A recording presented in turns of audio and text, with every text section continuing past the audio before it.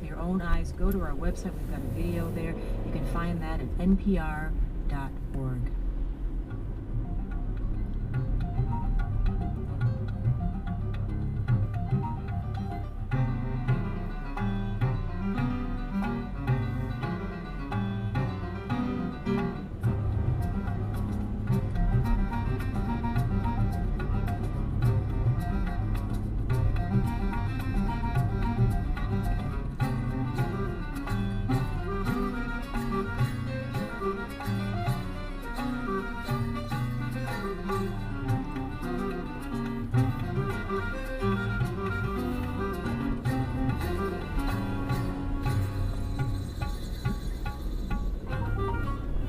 You're listening to All Things Considered on WOSU, NPR News and Classical Music. Good afternoon. I'm Christina Morgan, WOSU News.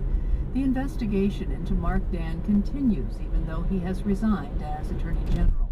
Ohio Public Radio's Joe Ingles reports on how that investigation will be conducted in the coming weeks, or perhaps months.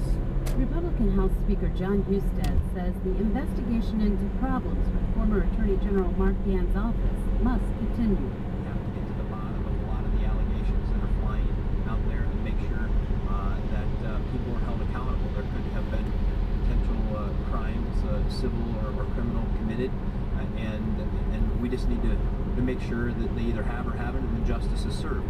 We don't know that at this point. No one should jump to any conclusions, but until that investigation is complete, we can't really move beyond this issue.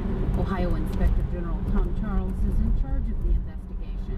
He says it will be conducted much like the one he oversaw in the Bureau of Workers' Compensation a couple of years ago.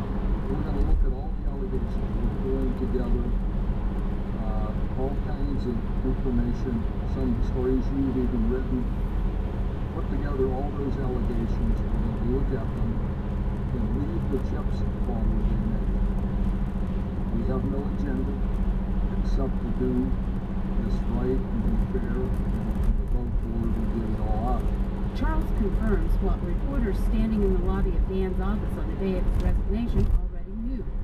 Some equipment was removed as evidence for this investigation. We did yesterday, coordinating with the Ohio State Patrol, our office, pick up, confiscate, what you want, a number of electronic devices and records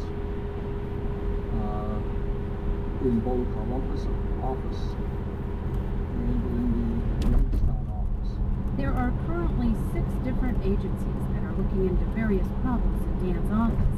Charles says his agency will pull all of those together. Everybody is on board.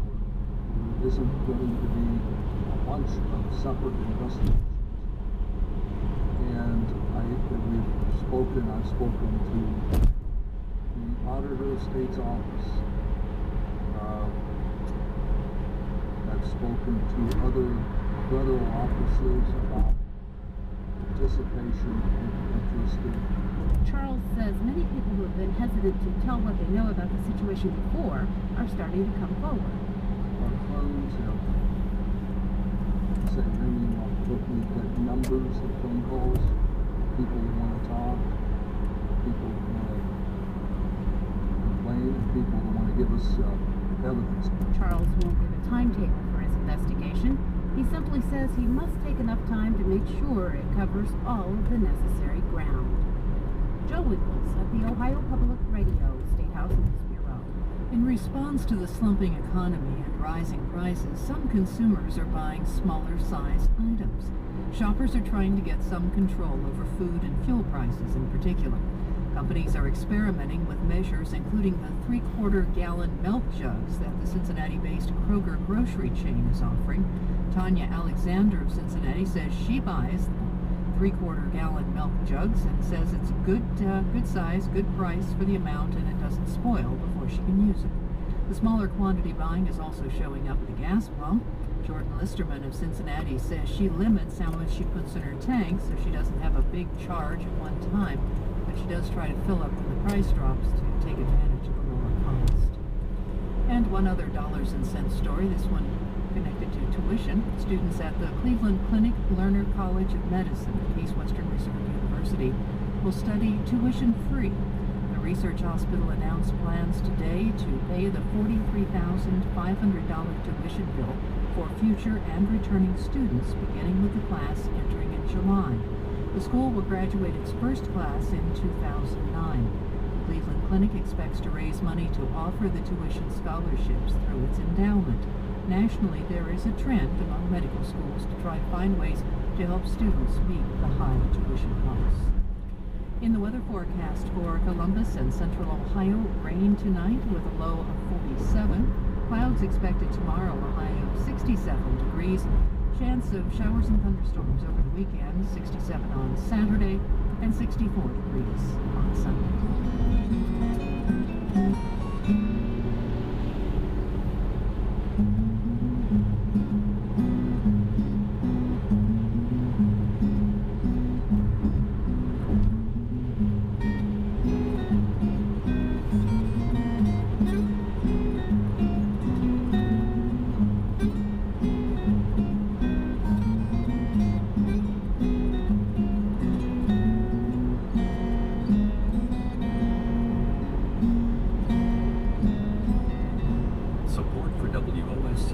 From the Columbus Metropolitan Club, where everyone is welcome to be a part of the live discussion at weekly luncheons.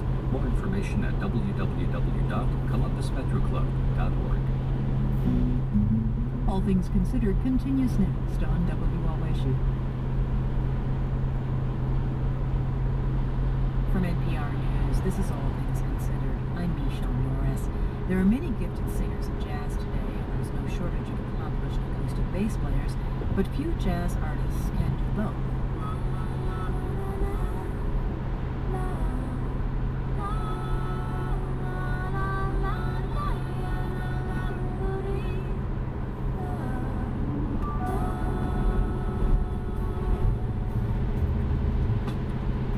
That's Esperanza Spalding, and her new CD, simply called Esperanza, blends her soaring vocals and her deep bass lines.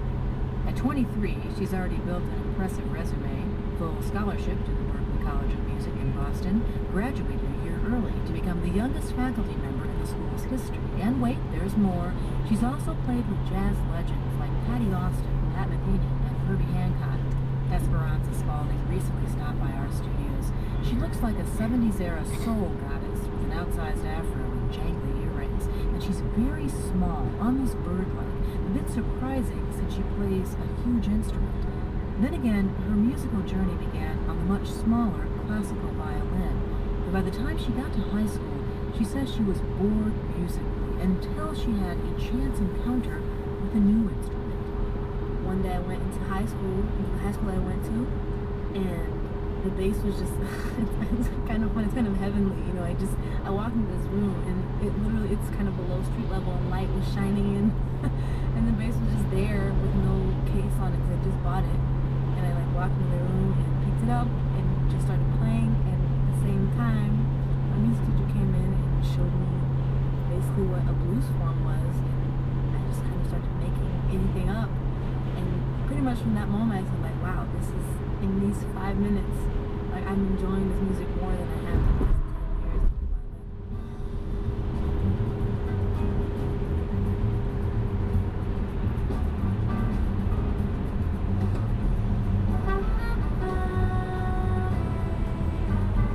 I remember thinking, this is so weird that this guy played with me on this instrument that I don't know, that somehow we're making music happen.